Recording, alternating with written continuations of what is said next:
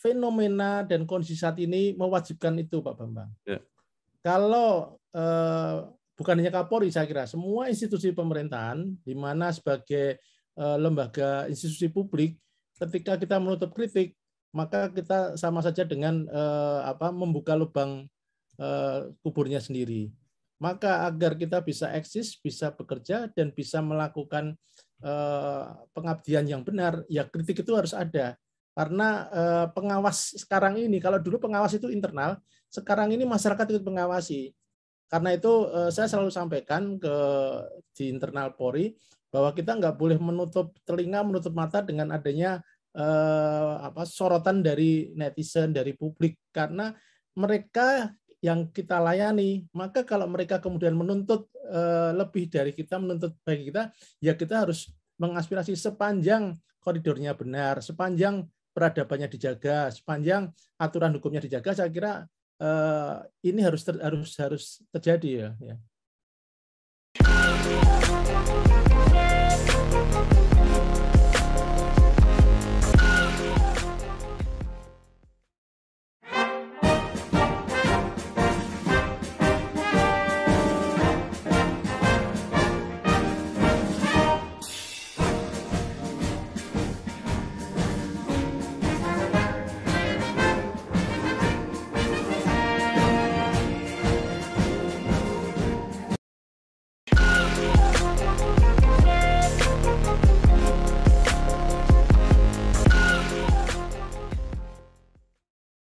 Bersama saya Bambang Sadono di channel Inspirasi untuk Bangsa.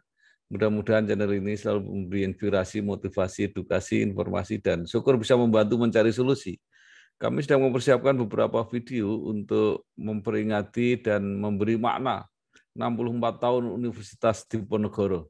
Universitas yang sudah cukup lama berkarya, tentu sudah banyak hasil, terutama para alumni yang mengabdi di berbagai tempat dan di berbagai bidang. Saya sudah bersama dengan salah satu alumnus Universitas Diponegoro, khususnya dari Fakultas Ilmu Sosial dan Ilmu Politik, Dr. A. Wahyu Rudanto, MSc. Sekarang beliau menjadi anggota Komisi Kepolisian Nasional, Kompolnas. Apa kabar Pak Wahyu? Kabar baik, terima kasih Mas Bang, selamat malam. Selamat malam, sibuk terus ya?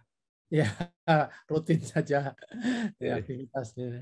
Ya, nah Pak Wahyu mungkin bisa cerita pengalaman Pak Wahyu mulai kuliah di FISIP Undip, sampai mungkin berkarir sebagai wartawan, kemudian menjadi dosen di PT IKA, dan sampai sekarang menjadi anggota Komisi Kepolisian Nasional. Nah, ini supaya bisa dibaca, diikuti, dan menjadi referensi bagi para mahasiswa yang masih kuliah atau para alumni yang baru mencari jalan untuk merintis karir. Silakan Pak Wahyu. Terima kasih Pak Bambang Sadono. Jadi saya ini masuk di Undip tahun 83 di jurusan komunikasi. Waktu itu masih publisistik. Tapi hanya 1 tahun kemudian berubah menjadi komunikasi. 83, kemudian seperti kebiasaan saya waktu sejak SMP, SMA, saya selalu ingin aktif juga di ekstrakurikuler.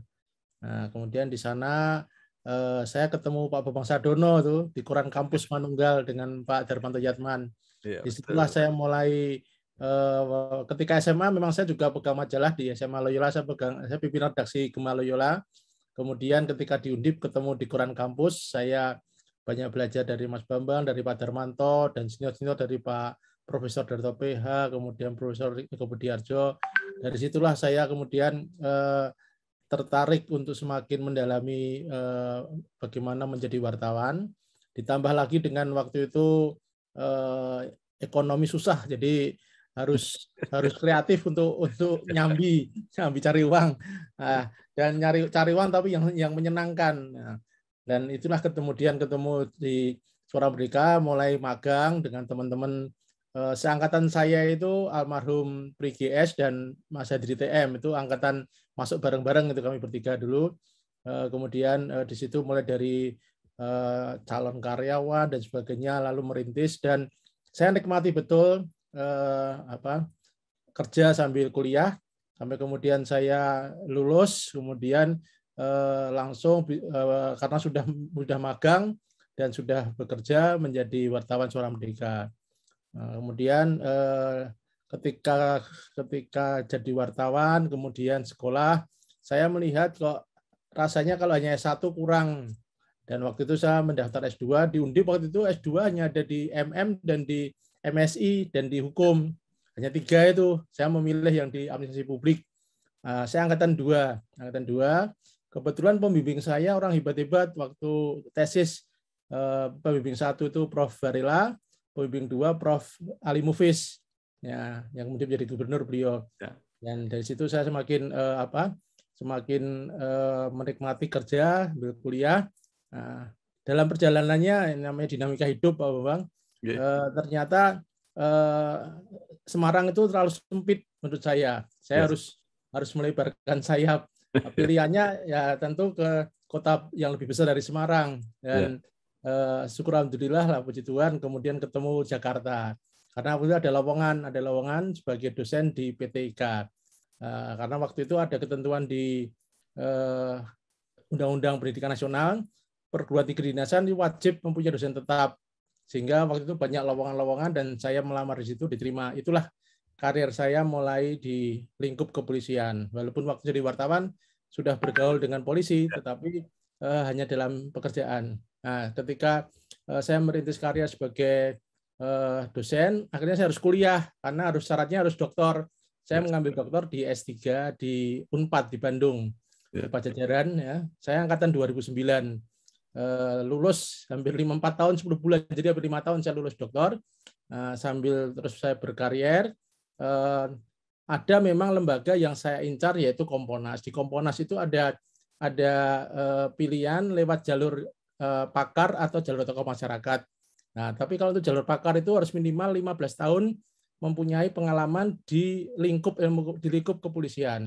Nah, karena saya sudah 15 tahun jadi dosen, jadi pada tahun ke-19 saya mencoba untuk mendaftar di Pansel, ikuti proses seleksi sampai kemudian lolos, dan tanggal 19 Agustus 2020 saya dan para presiden yang lain dilantik oleh Bapak Joko Widodo, Bapak Presiden, di Istana sebagai anggota Komponas. Kira-kira begitu perjalanannya, Pak Bang. Ya. Halo Biotizen, sudah tahu belum kalau sekarang ada metode baru pengambilan sampel untuk deteksi COVID-19 selain swab lo? Biosaliva merupakan alternatif pengambilan sampel untuk deteksi COVID-19. Dengan Biosaliva, tes PCR COVID-19 akan lebih nyaman karena sampelnya diambil melalui metode kumur-kumur.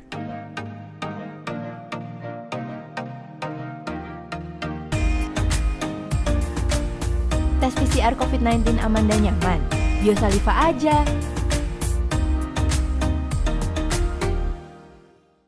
Jadi anggota Komponas itu tetap bisa merangkap sebagai dosen ya? Tetap, tetapi karena saya sekarang sebagai dosen, tunjangan-tunjangan saya harus hilang. Jadi saya tunjangan jabatan, remunerasi hilang semua karena tidak boleh double. Itu aturan di pemerintah seperti itu ya. Tidak boleh double tapi mengambil yang lebih banyak. Ya, pilihan begitu, memang alternatifnya memilih salah satu yang lebih besar. Ya. Pak Wahyu, saya beberapa hari terakhir ini melihat Pak Wahyu sering muncul di televisi ya. Jadi pertanyaannya kelihatannya mengenai kekerasan-kekerasan yang banyak dilakukan polisi. Ini apa? Fenomena apa ini akhir-akhir ini, Pak Wahyu? Jadi kalau saya melihat ada yang salah dalam pengawasan dan dalam pembinaan anggota. Itu yang saya lihat ya. Karena saya mengamati betul sebetulnya polisi nakal itu dari dulu ada. Polisi kekerasan dari dulu ada. Tetapi mengapa sekarang jadi masif? Karena selain masih ada, kemudian juga sekarang itu terekspos dengan fenomena digitalisasi, yaitu adanya media sosial. Nah, kalau saya menurut ke belakang, polisi sebenarnya sudah paham mengenai hal ini. Karena itu tahun 2005 ada reformasi Polri di mana ada 3 targetnya. 1 reformasi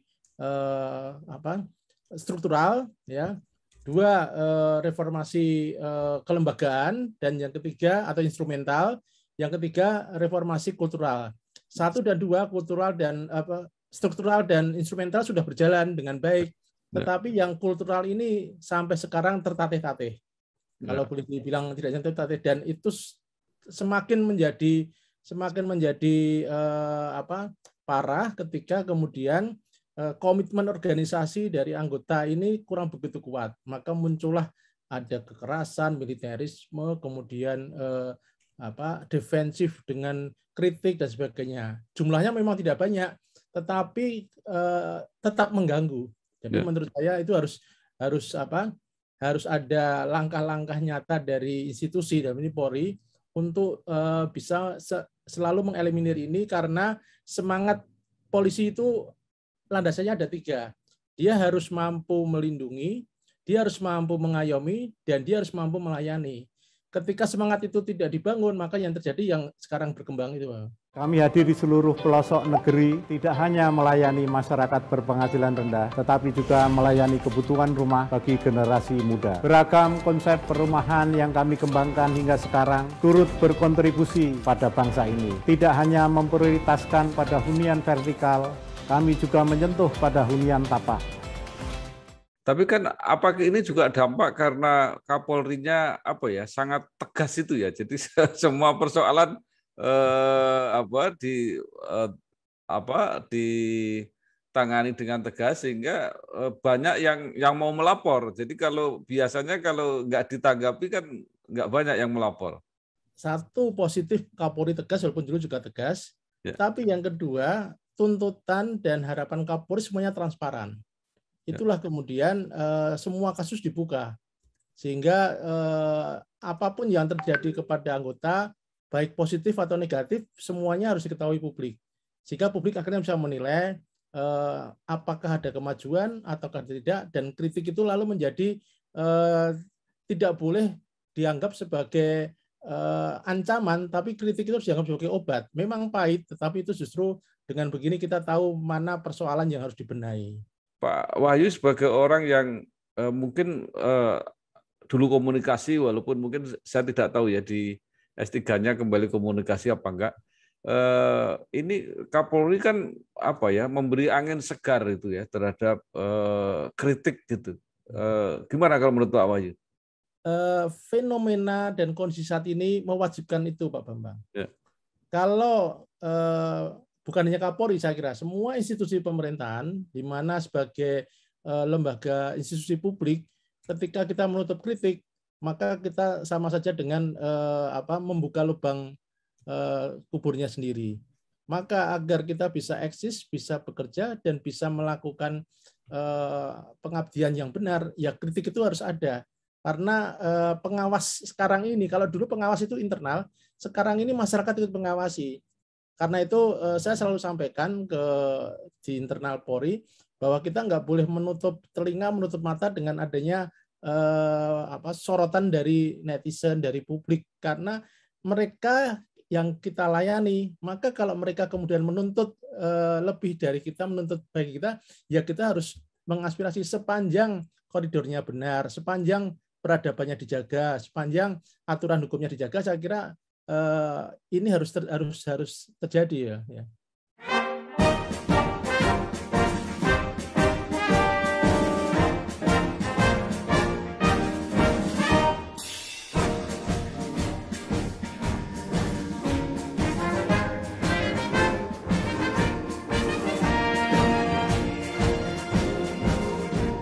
Nah, selain masalah-masalah ini, apa yang sedang menjadi perhatian Kompolnas, Pak Wahyu?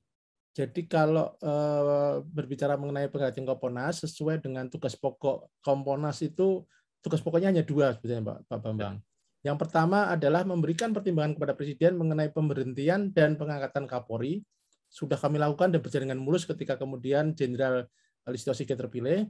Yang kedua, memberikan pertimbangan kepada Presiden mengenai arah bijak Polri di bidang, ada 4 ya, di bidang sumber daya manusia, di bidang anggaran, di bidang sarana prasarana, dan di bidang operasional.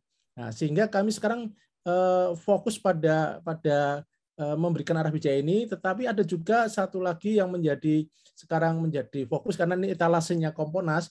Dari ketika menjalankan tugas pokok itu kami mempunyai beberapa kewenangan. Salah satu kewenangannya adalah menerima saran dan masukan masyarakat. Nah, sehingga disitulah kami ada pengaduan. Satu hari rata-rata 10 sampai 20 laporan, Pak Bambang. Jadi satu bulan itu 300 laporan kira-kira. Satu tahun itu bisa 4.000 sampai 5.000 laporan. Dan kita sekarang sudah mulai masuk ke e-lapor sehingga lebih tersistematis. Kalau laporan itu memang membutuhkan diskusi yang intens, maka kami menerima dalam bentuk pengaduan. Nah, prinsipnya kami sekarang ini konsentrasi karena undang-undang memberikan amanah kepada kami untuk membangun Polri yang mandiri dan profesional. Disitulah sekarang kami lihat, dan sekarang yang paling menonjol memang problem kultural. Menonjol sekali ini, dan ini menjadi concern kami. Selain yang kemudian yang kedua adalah kritik terhadap reserse. Laporan di Kompolnas 85% soal reserse, baik itu soal pelayanan buruk maupun penyalahgunaan wewenang. Ini yang terus kami melakukan inisiasi agar angka ini turun. Ya. Masih tinggi sekarang ini.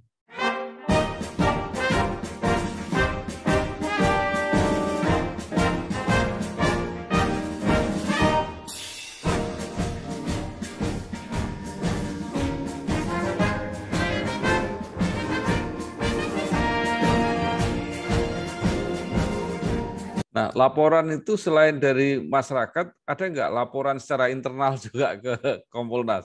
Banyak, karena begini, selain laporan pengaduan mengenai kasus-kasus, misalkan tadi kasus-kasus perdata pidana, ada juga laporan mengenai perilaku. Ya. Itu sering dilakukan oleh anggota. Kemudian kami mempunyai partner di Mabes itu Idwasum dan Propam.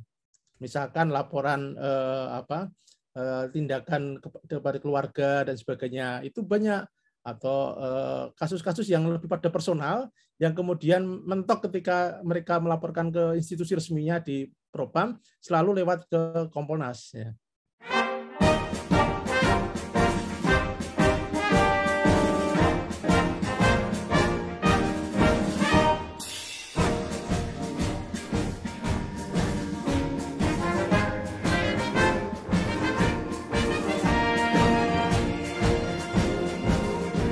Baik, Pak Wahyu, tugasnya Pak Wahyu luar biasa. Nah, sekarang kita kembali ke Undip. Apa saja kira-kira pengalaman-pengalaman atau mungkin pembekalan, wawasan yang diperoleh pada waktu di Undip yang sangat bermanfaat ketika Pak Wahyu merintis karir? Pengalaman yang paling menurut saya untuk adik-adik atau siapapun yang ingin nanti ketika lulus dari Undip bisa lebih memaknai hidup, itu adalah aktif di organisasi, apapun organisasinya. Di Undip mungkin Pak Bambang tahu persis bagaimana romantika di kampus peleburan itu ada namanya PKM, Pusat Kegiatan Mahasiswa. Di sana ada Menwa, ada Pramuka, ada Wapeala, ada Koran Kampus, ada teater, macam-macam. Dan saya perhatikan teman-teman yang semua aktif, apapun aktivitas, mau paduan suara, mau aktif, semua jadi dalam tanda petik jadi orang lah. Teman-teman yang aktif ada organisasi tentang ini, tentang luar negeri, kelompok diskusi, ada yang jadi duta besar, yang aktif di Menwa, kemudian aktif di organisasi, banyak sekali. Nah, Pak Bambang mungkin juga menjadi politikus dan sebagainya. Jadi muaranya ada di organisasi, kan disitulah kita mengenal karakter orang, kita berlatih untuk sosialisasi, dan kita berlatih berinteraksi dan membangun network, itu yang penting, Pak. Ya.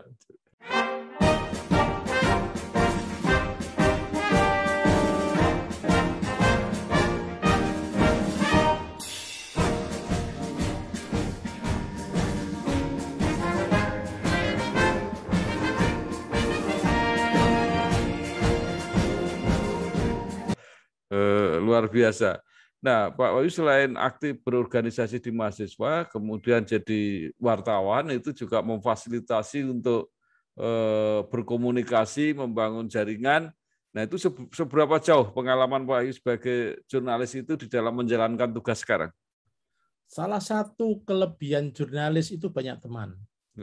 Nah, ketika kita banyak teman dan kita bisa mengelola itu sebagai network, ternyata bermanfaat sampai sekarang. Sampai sekarang Pak Bambang. Ya. Jadi kita hidup itu kan tidak sendirian. Nah, dan ketika jejaring itu pada level perguruan tinggi, maka level itu akan sangat bermanfaat ketika kita melakukan aktivitas kita sehari-hari. Dan sampai sekarang itu saya rasakan, terutama ketika saya jadi wartawan. Wartawan itu salah satu kelebihannya, dia punya komitmen terhadap profesi. Dan itu betul menjiwai sampai sekarang. Ya. Wartawan kan apalagi zaman dulu itu, kita nggak tahu apa keadaannya, masih sakit atau masih ada masalah apa, tetapi pembaca kan taunya tulisan kita harus bagus. Dan artinya apapun yang kondisi kita, kalau kita sudah bekerja, kita harus profesional dan harus berkualitas. Itu didikan ketika jadi wartawan, Bang. Jadi kerja keras, nggak kenal waktu, itu ya kira-kira ya. Ya, nggak kenal waktu dan selalu yang terbaik. Pembaca kan nggak mau tahu apapun kondisinya, taunya tulisannya bagus, beritanya bagus, semuanya begitu pembaca. Ya. Yeah.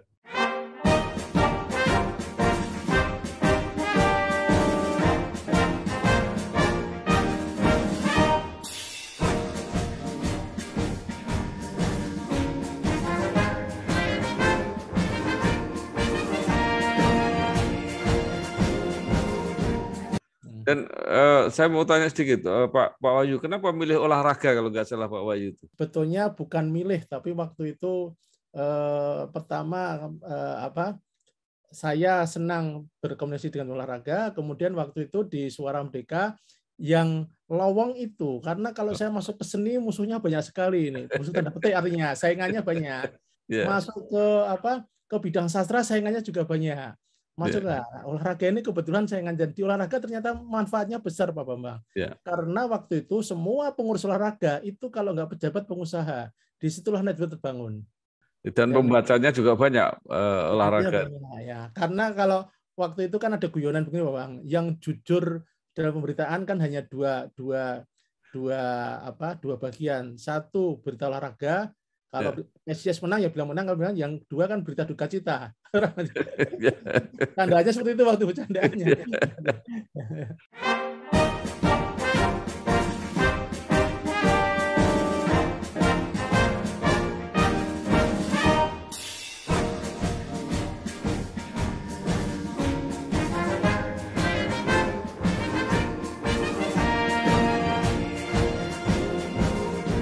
Pak Wahyu, ini kan alumni Undip itu sekarang sudah banyak sekali ya yang menduduki posisi-posisi puncak di pemerintahan, di lembaga-lembaga negara yang lain, di BUMN, bisnis dan sebagainya. Apakah jaringan-jaringan ini membantu termasuk untuk Pak Wahyu untuk berkarir atau menjalankan tugas? Sangat membantu. Karena itu saya aktif juga sekarang di Ikatan Alumni Undip. Saya sebagai pengurus, kemudian juga di FISIP, Ikatan Alumni FISIP. Sampai sekarang saya masih sebagai ketua untuk alumni Departemen Komunikasi Undip seluruh Indonesia. Jadi jaringan itu sangat membantu karena interaksi kita dalam berbagai kegiatan terbantu dengan adanya kita sudah kenal. Dan jejaring itulah yang membuat kita memudahkan segala urusannya. Pak Wahyu juga mengajar komunikasi di PTIK. Di PTIK karena saya kan S1 komunikasi, kemudian S2 saya mengambil administrasi publik sehingga tesis saya tentang komunikasi politik. Karena itu di S3 saya lanjutkan di pemerintahan. Saya di PTIK yang saya ajar sekarang mata kuliah politik kepolisian. Kemudian yang kaitan dengan komunikasi di community policing. Jadi saya mengajar di mata kuliah Polmas namanya, pemulihan masyarakat. Lalu di S2 saya juga mengajar mengenai kebijakan publik. Di S3 saya mengajar politik dan birokrasi. Ya. Jadi kalau tetap mengajar bisa jadi guru besar nanti? Insya Allah. Sekarang ini sudah akan lektor kepala. Kalau Tuhan mengizinkan 2-3 tahun lagi bisa mengajukan itu ya.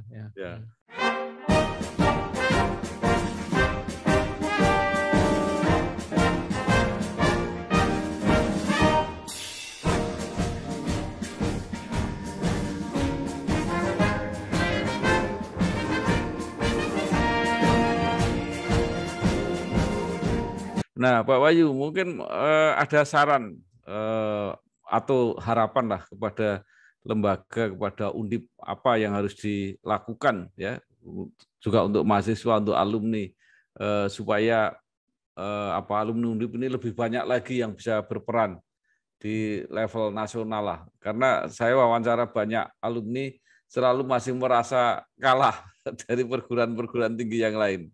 Monggo Pak Wahyu, silakan. Undip itu sebetulnya besar. Ya. Sekarang saja misalkan yang kita kenal lah, ya. Menpan itu Pak Cahyo lulusan Undip, ada ya. di Hakim Konstitusi ada Pak Arif, kemudian belum di kementerian lain di banyak sekali. Nah, Undip harus meng-create orang-orang ini sehingga bisa menjadi idola. Ketika orang itu menjadi idola, maka adik-adik kita yang di Undip dia akan kemudian berharap juga seperti seniornya. Ya. Nah, bagaimana membangun idola itu? Idola itu dibangun dengan kegiatan dan dengan jejaring, sesuai dengan levelnya, sesuai dengan aktivitasnya. Nah, saya melihat di beberapa perguruan tinggi besar itu aktivitasnya di komunitas alumni sangat kuat sekali.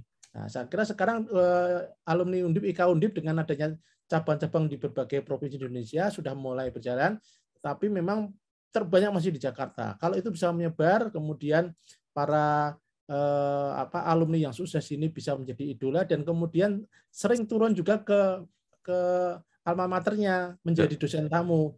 Menjadi dosen tamu bukan hanya sekadar datang kemudian bernostalgia, tapi juga memberikan ilmu, tapi juga di sana menitipkan benih-benih ini jejaring, sehingga adik-adik itu akhirnya punya wawasan, bukannya wawasan pengetahuan, tapi juga wawasan organisasi, juga wawasan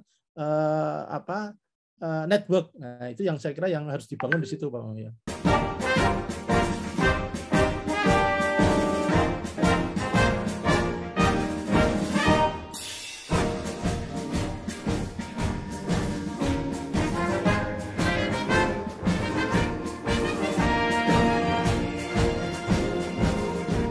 Ada yang mengeluh bahwa karakter alumni Undip itu terlalu rendah hati. Jadi tidak ingin menonjol, tidak meledak-ledak.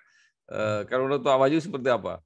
Ada benarnya, tapi ada juga salahnya. Ya. Di satu sisi itu adalah sikap yang santun, ya. Tapi di sisi lain era sekarang ini menuntut orang harus berani tampil. Nah, kalau kita nggak berani tampil, bagaimana orang tahu? Nah, tetapi selain berani tampil, kan juga harus berkualitas. Yang saya sebut idola tadi. Ketika dia berani tampil dan menjadi idola, dia akan menjadi panutan. Panutan dalam banyak hal. Panutan dalam sikap, panutan dalam karier, tapi juga panutan dalam harapan. Nah, itu saya kira yang harus dibangun. Dan sebetulnya banyak senior-senior kita yang seperti itu, yang sudah menjabat dan bisa menjadi inspirasi adik-adik kita untuk senior saya bisa, mengapa saya nggak bisa lah. Inspirasi itulah yang harus dibangun sejak dari masih mahasiswa. Ya. Lalu apa yang harus dilakukan oleh lembaga misalnya? Fasilitas-fasilitas apa yang harus disiapkan? Fasilitas sudah ada. Yang penting ada supporting. Karena antara alma mater dan alumni itu kan sudah jembatan. Yang menjembatani adalah lembaga. Melalui apa? Yang melalui banyak kegiatan, banyak pertemuan, banyak akses, dan keterbukaan. Mau menerima alumni untuk ikut ngajar ya. Jadi jembatan ini harus dibangun oleh lembaga.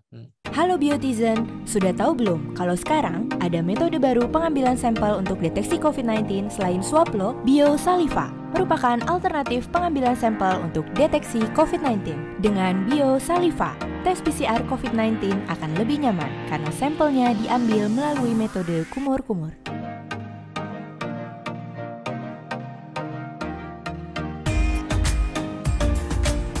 Tes PCR COVID-19 aman dan nyaman.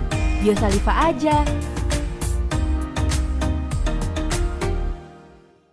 Itu memang banyak saran ya sekarang, apalagi difasilitasi oleh konsep Merdeka Belajar Kampus Merdeka ini. Jadi itu harus lebih banyak lagi praktisi-praktisi yang mengajar. Dan saya mengajar membuka diri kepada institusinya, karena kan para alumni ini sudah menjadi petinggi-petinggi baik di pemerintahan maupun di lembaga maupun di perusahaan, membuka diri agar adik-adiknya itu bisa magang di sana, karena sekarang magang itu ada SKS-nya. Nah, di sini kan perlu ada jembatan lembaga aktif, tapi juga dari alumni juga harus proaktif juga mau menawarkan dan menerima. Jadi menjadi dengan alma mater ini lalu antar alma mater antar alumni ini jadi harus inklusif, jangan eksklusif. Nah, menurut pengalaman Pak Wahyu sendiri seperti apa hubungan teman-teman ini dengan Undip dengan alma mater? Kadangkala karena tidak ada jembatan tadi, maka teman-teman yang sudah lulus merasa nggak ada lagi kaitannya dengan alma mater. Saya kan sudah lulus, nggak ada kaitannya. Ya. Itulah yang harus dibangun, bahwa para senior, para teman-teman itu bisa seperti itu kan karena awalnya dari kampus, awal mulanya. Nah, bagaimana membuat membuat hubungan dan saling terkait, kemudian saling membutuhkan, lalu juga saling memberikan inspirasi, ini harus terbangun terus. Baik, terima kasih sekali Pak Dr. A. Wahyu Rudanto, MSc, yang sudah termasuk menjadi salah satu idola ini. Sekarang menjadi anggota Komisi Kepolisian Nasional, sebentar lagi akan menjadi guru besar. Mudah-mudahan lancar Pak Wahyu, sukses apa yang disampaikan tadi, mudah-mudahan benar-benar menjadi cermin lah, menjadi rujukan makin banyak lagi teman-teman alumni Undip yang bisa berperan secara maksimal.